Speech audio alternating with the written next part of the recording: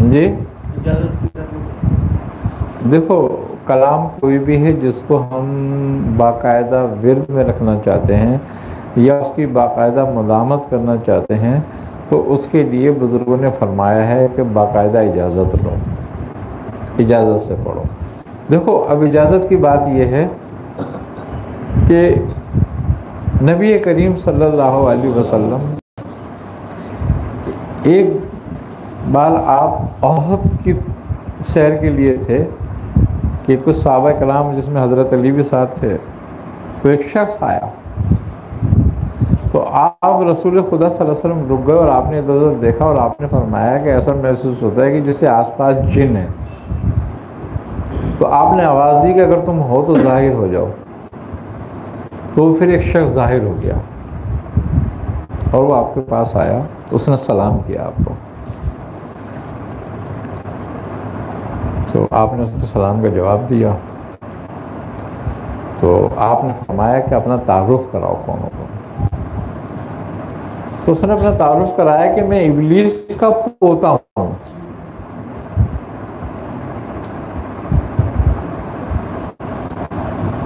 तो आपने फरमाया कि तुम्हारी उम्र कितनी है? तो उसने कहा, ए रसूल खुदा सल्लल्लाहु अलैहि वसल्लम, जब आदम को ज़मीन पे उतारा गया था तो मैं इतना बड़ा था कि लोगों के दिलों में वसवसे डाल देता था।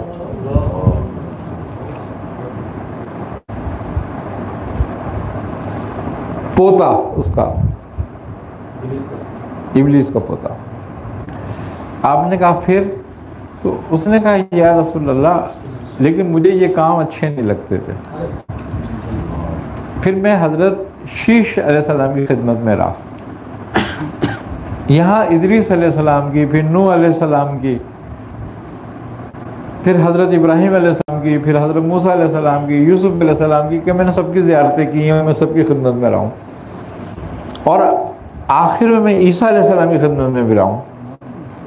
तो हज़रत ईसा ने मुझे आपके लिए सलाम भेजा था और अमानतन मेरे पास मुझसे कहा था, ये सलाम हमारे पास, हमारा तुम्हारे पास अमानत है, ये रसूल खुदा सल्लल्लाहु अलैहि वसल्लम जो आखिरी ज़मान नबी होंगे उन तक पहुंचा देना। तो वो मैं सलाम पेश करने आपके पास खिदमत में हाजिर हो गया हूँ।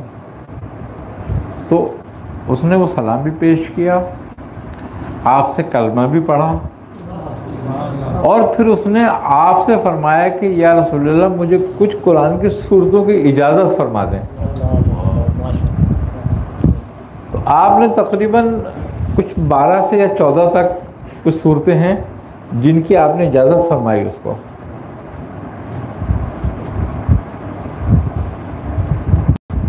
तो अब रसूलुल्लाह सल्लल्लाहु अलैहि वसल्लम से इजाज़त लेना तो साबित हो गया ना कुरान की।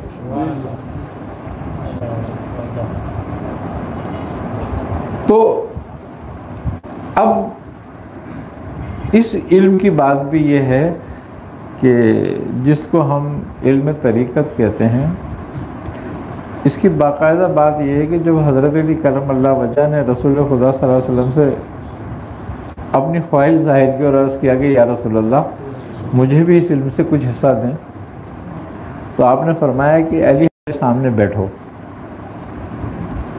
आप हज़रत अली करमल्लाहु वजह आपके सामने बैठ गए। तो आपने फरमाया कि ए अली, जैसे मैं पढ़ता हूँ ऐसे पढ़ो। तो आपने बाकायदा ला इलाहा इल्लल्लाह की ज़रब लगाई। तो आपने 3 ज़रब लगाई और हज़रत अली ने उसकी पैरवी करी हर ज़रब पर एक। जब आप खामोश होते तो हज़रत अली लगाते।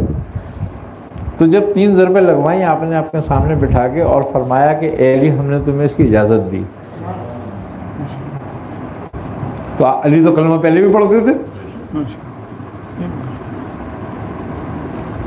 फिर हज़रत अली ने इसी तरह हज़रत इमाम हसन, इमाम हुसैन, इमाम हसन बसरी, हज़रत कुमैल बिन ज़ियाद, इन लोगों की तरबियत फरमाई और उसी तरह इजाज़तें और ये सब मरहमत फरमाई। फिर वो सिलसिला एक तरीक़त का बन गया कि एक दूसरे से इजाज़त के बग़ैर नहीं करते थे, कुछ इजाज़त लेने जाते थे।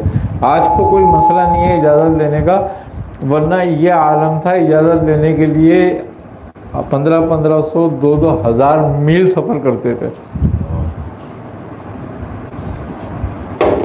हज़रत सरकार सैयदना ख्वाजा ख्वाजगान ख्वाजा मुहीउद्दीन चिश्ती संजरी अजमेरी रहमतुल्लाह अलैह सैयदना शेख अब्दुल कादिर जिलानी रहमतुल्लाह अलैह की खिदमत में हाजिर हुए कुछ इजाज़त के लिए। एक ज़िक्र सहपाया था, कादरी ख़ानदान में होता है, तो उसकी इजाज़त लेने के लिए आप हाजिर हुए। तो आपने फरमाया कि ए मुईनुद्दीन, अभी आप जो काम कर रहे हैं पहले वो कर लें, हम आपकी इसको इजाज़त देंगे। फिर आप चले गए, आपको अरसा तकरीबन 6-7 साल गुजर गया वापस आने में, तो आपका विसाल हो गया, उनको इजाज़त है।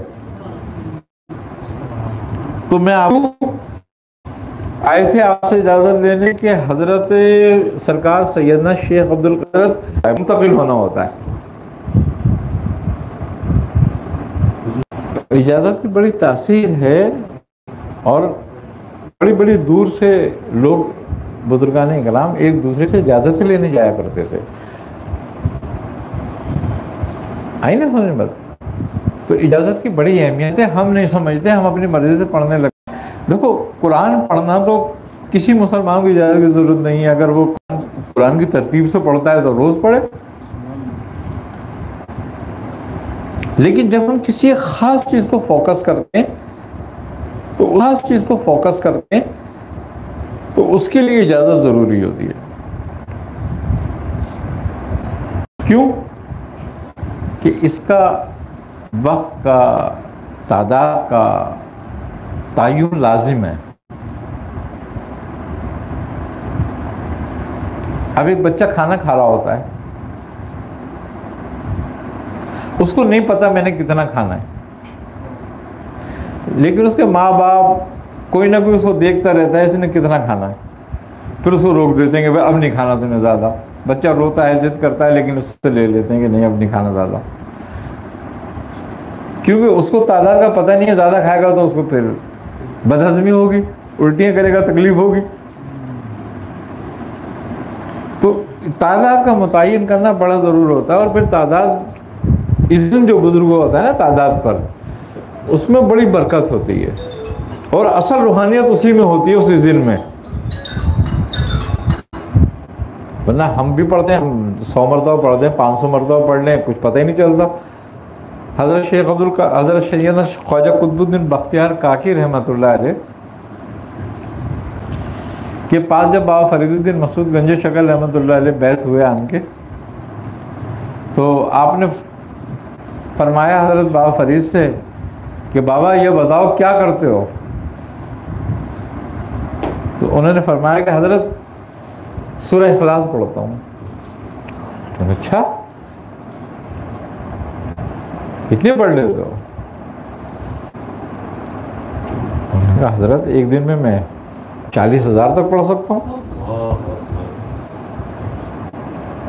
ये तो मेरे मामूलात में से, यानी कि आप 3 दिन में 1.25 लाख सूरह इखलास पढ़ा करते थे, आपकी ये थी मामूल था आपका, 36 बरस मामूल आपका ये। तो आपने फरमाया नहीं नहीं नहीं, ये तो बहुत है। अच्छा बस ठीक है, तुम जाओ, एक काम ये करो, असर की नमाज के बाद एक तस्बीह सूरह इखलास की पढ़ना, और फिर मगरिब में हमसे मिलना। असर से लेके और मगरिब गुजर गई, 33 दिन सूरह इखलास के नहीं पढ़ सके। बड़ी कोशिश करते, कांटों में, ज़बान पे कांटे पड़ जाते, मोटी हो जाती है ज़बान। आखिर मगरिब के अज़ान का टाइम हो गया, जब हो गई तो वो मगरिब की नमाज़ पढ़ी। आपने पूछा बाबा साहब ने, हाँ बाबा क्या हुआ, पढ़ लिया? अरे कहने लगे नहीं हज़रत, नहीं पढ़ सका। आपने फरमाया बाबा तुम तो 1.25 लाख पढ़ते हो 3 दिन में। अच्छा चलो अब पढ़ लो इशा तक। फिर वो इशा भी गुजर गई, फिर नहीं पढ़ी गई तस्बीह। फिर आपने ईशा की नमाज के बाद पूछा बाबा क्या हुआ? मियाँ बस समझ नहीं आती क्या हुआ। अच्छा कहना चलो कोई बात नहीं, आज रात को पढ़ लेना, सुबह देखेंगे। सारी रात नहीं पढ़ सके।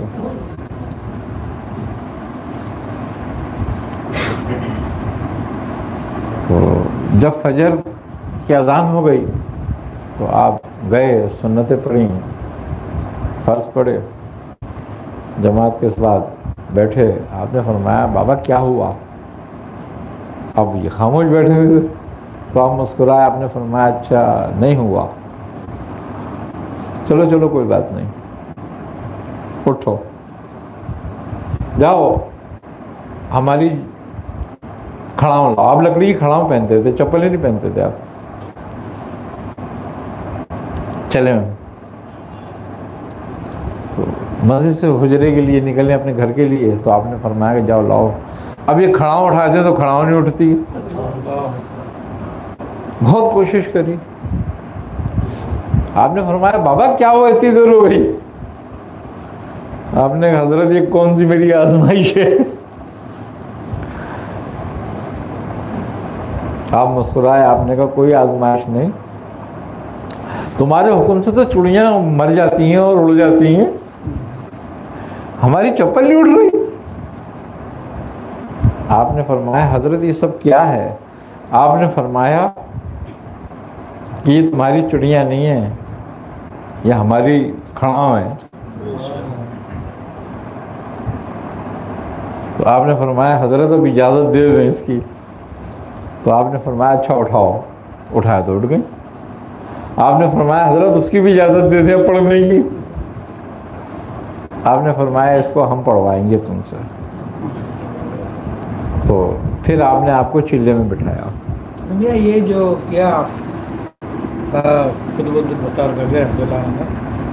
या तो इस्लाह के लिए उनको थोड़ा सा ये था कि मैं इतनी पढ़ता हूँ और मैंने इतने पढ़ के खुद इतनी रियाजत करके इतनी करामातें हासिल कर ली हैं, तो उनके दिल में ये ख्याल था एक थोड़ा सा, जो आपने पूरा निकाल दिया कि अभी कुछ नहीं है।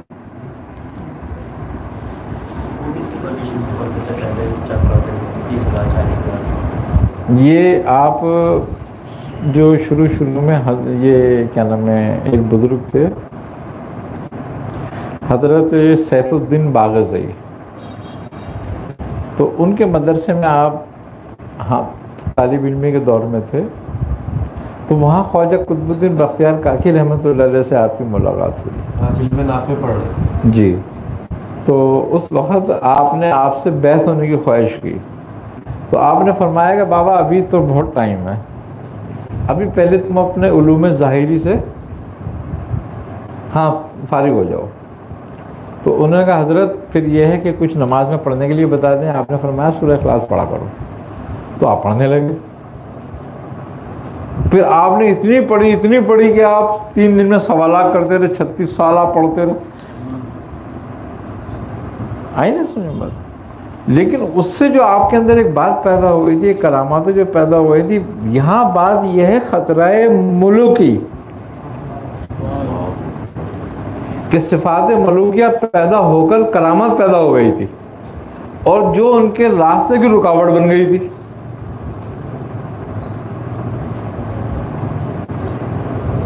जब किसी चीज का एहसास अपनी जात से शुरू हो जाए ना, वो एक खतरा बन जाती है तसव्वुर में, हिजाब पैदा हो जाता है उससे, जिसका नतीजा कुर्ब दूर हो जाता है, बैद पैदा हो जाती है और करामातों में उलझ जाता है।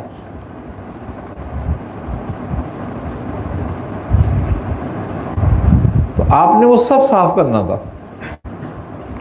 वो सब साफ कर दिया। फिर आपने आपको रियाजत के लिए बिठाया, तो आपने 1 साल रियाजत फरमाई वहाँ पे। तो 1 साल जब आपको रियाजत करते करते हो चुका, तो आप बहुत कमज़ोर डागर हो गए थे।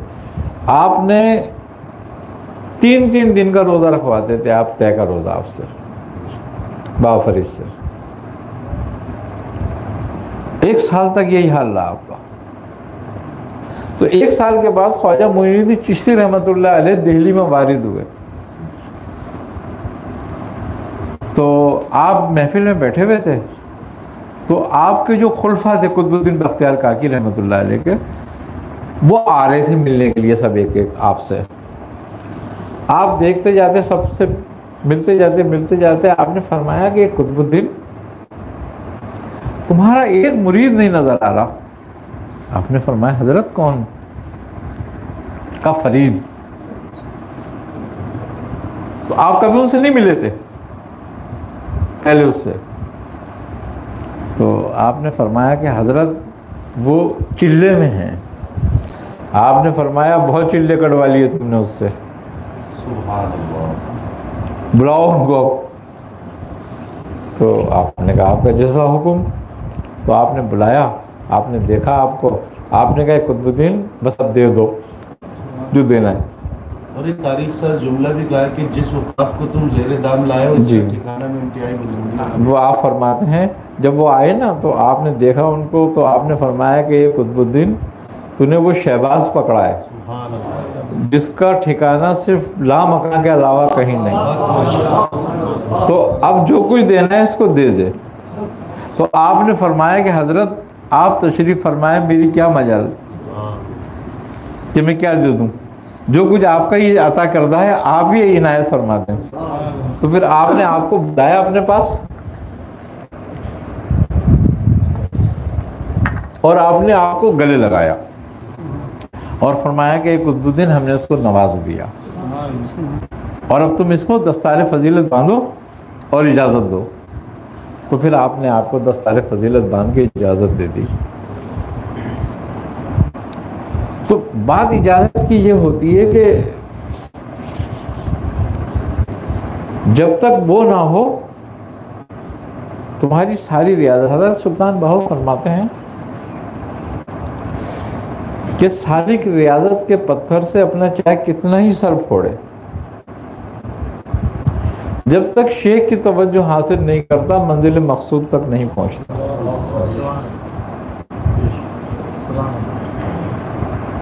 तो ये बात है, इजाज़त बहुत लाजिम होती है इसमें। अब हम लोग इजाज़त की अहमियत को नहीं जानते, नहीं समझते। अच्छा, रजत का मकसद भी यही है, कभी भी इजाज़त लेके पढ़ने वाले को रजत नहीं होती जो किसी सिलसिले से वाबस्ता हो। रजत उन्हीं लोगों को होती है जो अपनी मर्ज़ी से पढ़ते हैं। अच्छा, अपनी मर्ज़ी से जब हम पढ़ते हैं ना किसी कलाम को, तो उसकी रजत क्यों होती है? उसकी रजत यूँ होती है कि हमारे आस पास आमिर जिन्नात रहते हैं। तो जब हम किसी कलाम की बार बार तकरार करते हैं और उसकी कसरत करते हैं तो उन्हें तकलीफ़ होने लगती है और वो आने लगते हैं फिर। और जब उन्हें तकलीफ़ होती है तो फिर वो नुकसान पहुँचाने लगते हैं। वो उसको हटाना चाहते हैं फिर उससे कि ये रुक जाए इससे, तो उसे परेशानी में मुब्तला करते हैं फिर वो लोग। अब चूंकि उसके आगे पीछे तो कोई है नहीं, उसका अपना ही कलाम जो वो पढ़ रहा है, अपनी उसकी ताकत और रियाजत है पढ़ने की, तो वो सारा का सारा जिन्नात जो है उसको परेशानी में मुब्तला कर देते हैं। उसका नतीजा फिर रजत कहलाता है। लेकिन जब सलासिल की निस्बत से इजाज़त होती है तो ये भागते हैं, फिर करीब नहीं आते, फिर ये भाग जाते हैं, वहाँ से हट जाते हैं, तो कभी रजत नहीं आती। कलाम इलाही के पढ़ने से रजत नहीं होती पैदा, लेकिन जो शैतानों को तकलीफ़ होती है वो तकलीफ़ देते हैं फिर। और जब किसी बुजुर्ग से इजाज़त होती है उसकी, तो इजाज़त होना रूहानियत का इंतकाल करना है और मुंतकिल होना है। और जब रूहानियत साथ आ गई तो वो तो भाग जाएंगे खुद ही। अब उसको तुमने अपने से मानूस करने के लिए रियाजत करनी होती है। ये जो भी कुछ हिस्सा तुम्हें मिला है, अब तुम आए, तुमने कहा किसान से कि बीज दे दो, उनने कहा काय का चाहिए, तुमने कहा भाई जौ का चाहिए, गंदम का चाहिए, गन्ने का चाहिए, जो भी चाहिए ये दे दो। उन्होंने दे दिया, ये ले भाई जा लगा ले इसको, ऐसा तरीका है लगाने का। अब तुम आओगे, बीज डाल दिया तुमने, अब उसको जितनी अच्छी तरीके से तुम प्रोसेस करोगे, ज़मीन जितनी अच्छी बनाओगे, बीज डालोगे और उसकी निगरानी जितनी करोगे, उतनी अच्छी फसल उठ के बाहर आ जाएगी। लेकिन अगर बीज नहीं होता तो फसल नहीं होती, चाहे कितनी अच्छी ज़मीन बना लेते। तो इजाज़त वो बीज है कि जो दिल की ज़मीन में लगता है और फिर वो पौधा बन जाता है रूहानियत का, और फिर उसके ज़रिए और बनते हैं। तो इसलिए इजाज़त जो है ना बहुत लाजिम है। और इजाज़त के बारे में भी बुजुर्ग कहते हैं कि वो इजाज़त हो जो सनद के साथ हो। अब अलूम ज़ाहिरी का है, शरीयत की है कि अहदीस की जो रवायात हैं, आप आज भी सनद लेते हैं नहीं लेते हैं कि भाई इसने किससे पढ़ी, उसने किससे सुनी, उसने किससे सुनी, उसने किससे सुनी, वो आखिरी रावी तक चला जाता है सिलसिला कि कहाँ से लिया है। आज शयूख में राय नहीं है कि हिर्ज़ आज़म, अगर आप हिर्ज़ आज़म का ही जिक्र करते हैं तो बाकायदा हिज़्ब आज़म की इजाज़त लेनी होती है, फिर उसकी सनद के साथ लेनी होती है कि इसके बाद किससे सनद है, फिर किससे सनद है। इसी तरह दलाइल खैरात है, इसी तरह एहज़ाब हैं, जो ये तो सब इल्हामी और मासूरा दुआएं हैं ना, तो वो उनके इजाज़तें हैं, सनदें हैं। तो सनद की बड़ी अहमियत होती है। जी बिल्कुल लेनी पड़ती है उसकी इजाज़त। और बग़ैर इजाज़त के अच्छा इसकी इजाज़त में भी ये बात है कि किसकी रिवायत पर इजाज़त है।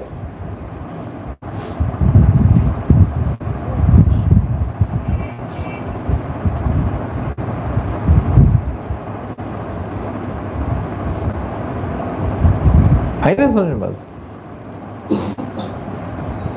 अब बुजुर्गों ने जो कानून बनाए हैं वो कानून हैं और उस तरह से हैं जो रूहानियत को पूरी तरह समझते थे, जानते थे। तो उन्होंने वो कानून बनाए उसके कि जिससे किसी को कोई तकलीफ ना पहुंचे बल्कि फ़ायदा हो। खल्क़ खुदा के लिए फ़ायदे के लिए कानून बनाए गए और उसको फॉलो करोगे तो उसका नतीजा अच्छा निकलेगा।